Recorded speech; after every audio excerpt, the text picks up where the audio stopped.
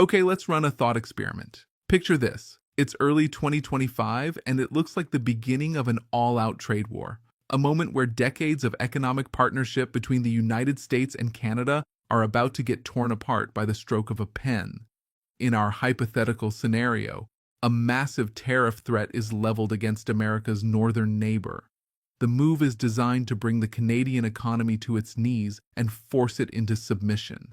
You can imagine the headlines. They'd be dire. The markets would brace for impact. A full-blown crisis between two of the world's most integrated economies would seem inevitable.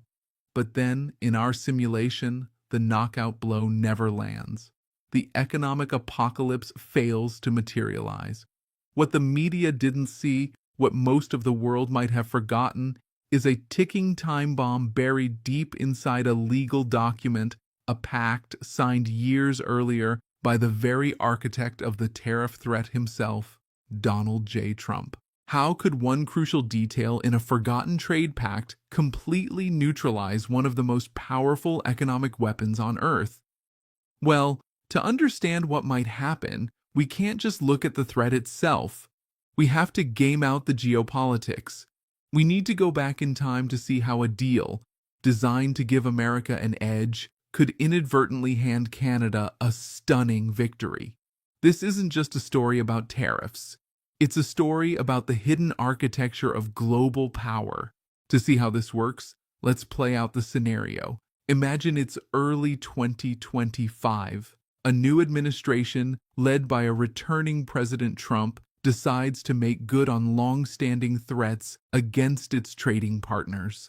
Citing a national emergency over issues like border security and fentanyl trafficking, the White House uses a powerful and controversial law, the International Emergency Economic Powers Act, or IEEPA, to unilaterally impose a crushing 25% tariff on almost all goods coming from Canada and Mexico. A few months later, the pressure on Canada is intensified, with the hypothetical tariff rate jacked up to 35%.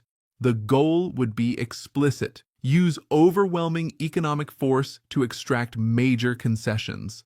The logic is simple. The United States is Canada's largest trading partner by an enormous margin. A blanket tariff of that magnitude should, in theory, trigger a deep recession in Canada, cripple its manufacturing sector, and force the Canadian government to the bargaining table with very few cards to play. It's the definition of economic hardball. In our simulation, the immediate reaction is chaos. Pundits would predict the end of North American trade as we know it. The language would be apocalyptic. But as the dust settles, analysts on both sides of the border would start to notice something strange. The damage, while real, isn't catastrophic. Key Canadian industries are still shipping goods south. The supply chains, while stressed, haven't completely broken. The 35% tariff threat is on the books, but it doesn't seem to be hitting the bulk of the two nations' trade. The question becomes, why? What's stopping this economic missile from hitting its target? The answer wouldn't be in the angry press conferences or retaliatory threats. It would be hidden in plain sight, in the fine print of a deal that replaced an infamous three-letter acronym, NAFTA. For decades, North American trade was governed by the North American Free Trade Agreement. Enacted in 1994, NAFTA created one of the largest free trade zones in the world, helping trilateral trade balloon from around $290 billion in 1993 to over $1.1 trillion by 2016. But politically, the deal became a lightning rod. Critics, most famously Donald Trump, relentlessly attacked it as possibly the worst trade deal ever made, blaming it for shipping American jobs overseas. During his first term, Trump made good on his promise to tear it up. What followed was a grueling, high-stakes negotiation to build a replacement. The world watched as negotiators hammered out a new deal, ultimately named the United States-Mexico-Canada Agreement, or USMCA. In Canada, it's called CUSMA. In Mexico, TMEC.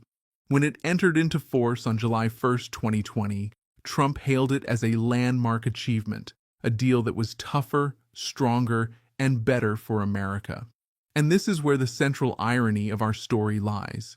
In the process of making the deal tougher, his negotiators may have embedded the very mechanism that would later defang his own tariff weapon.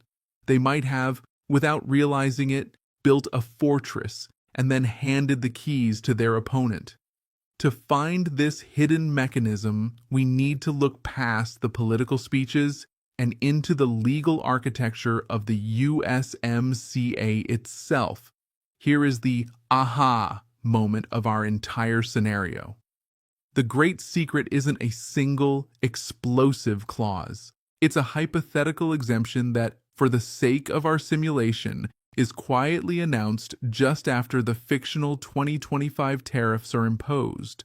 Let's imagine a White House fact sheet dated March 6th, 2025, that contains one critical line: USMCA qualifying goods would remain exempt from the new tariffs. Let's break down why those 11 words would change everything. This isn't just a minor loophole. It would be a superhighway allowing the vast majority of trade to bypass the tariff wall completely. To understand this, we have to talk about rules of origin.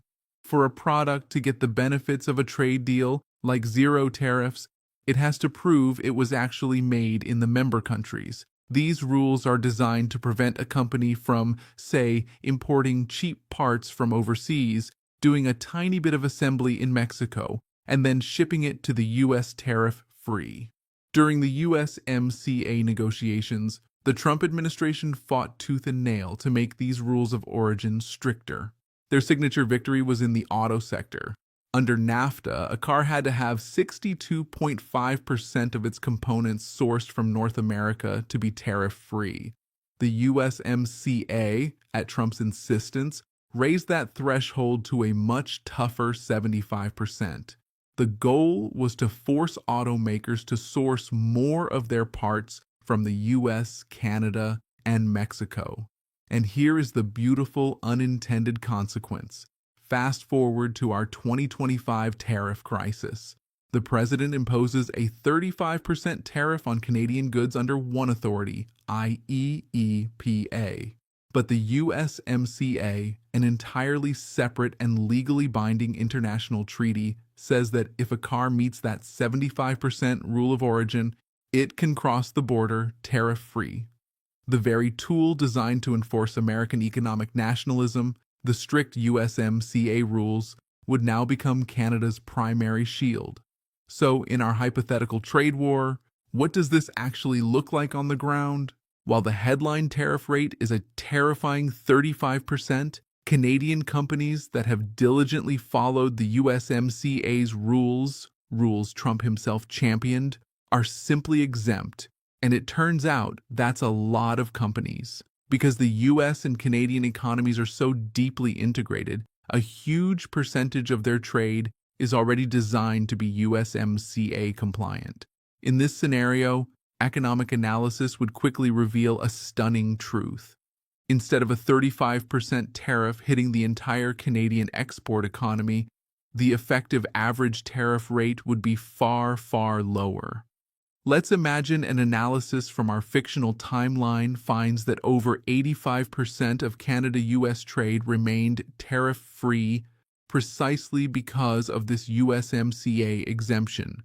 The weapon that was supposed to be a cannon turns out to be more like a slingshot. Putting together the pieces of a complex geopolitical puzzle like this, connecting legal clauses to economic outcomes in a hypothetical but plausible scenario, takes a ton of research. We have to dig through trade law, economic analyses, and political history to find the hidden connections that others miss. If you find this kind of deep dive analysis valuable, and you want to see more stories that uncover the hidden mechanics of how our world really works, the best way to support the channel is by joining our community on Patreon. That support is what makes these investigative journeys possible. Okay, back to the fallout of our neutralized threat. So, In our simulated crisis, the White House has fired its biggest economic weapon, only to see it mostly neutralized by a deal it wrote itself. This would dramatically shift the power dynamic. Canada is no longer a desperate victim. It's a strategic player in a complex legal and economic chess match.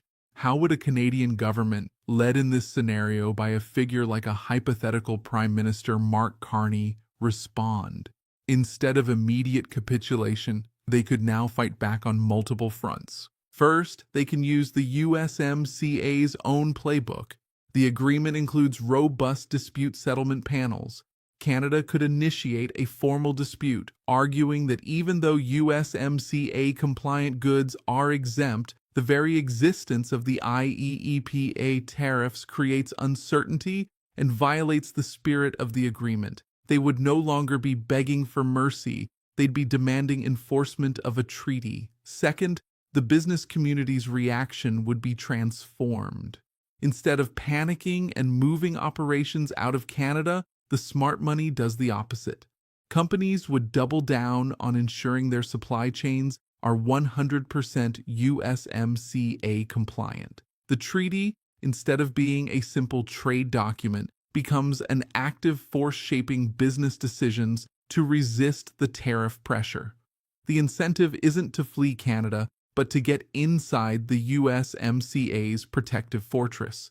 And third, there's the American legal system itself. Using IEEPA to impose broad tariffs has always been legally controversial. In our simulation, this move would be immediately challenged in U.S. courts by American importers forced to pay the duties. And this leads to another crucial development. In this hypothetical timeline, we can imagine the case rocketing to the Supreme Court. Let's say that by February 2026, the court issues a landmark ruling, finding that the president does not have the authority under IEEPA to impose tariffs, as the power to tax belongs to Congress.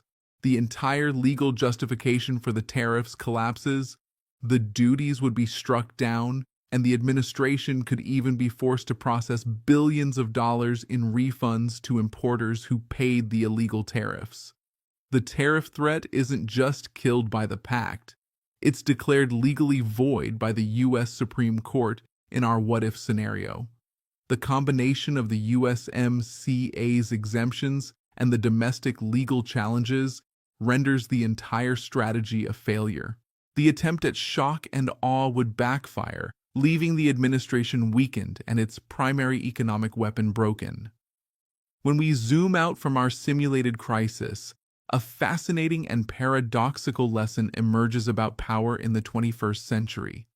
The USMCA was born from a desire to exert more American control over North American trade.